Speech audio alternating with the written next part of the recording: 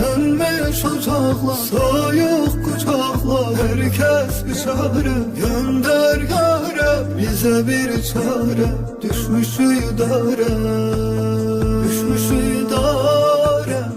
Nerede baba, nerede anne, nerede kardeş, nerede evlat, nerede yavrum, nerede yoldaş, nerede yoldaş? Hani babam, hani annem, hani kardeş, hani ablam, hani yavrum, hani yoldaş, hani yoldaş? Ne büyük acı, herkesin sana var ihtiyacı. Ne olar yarım yeter ilacı.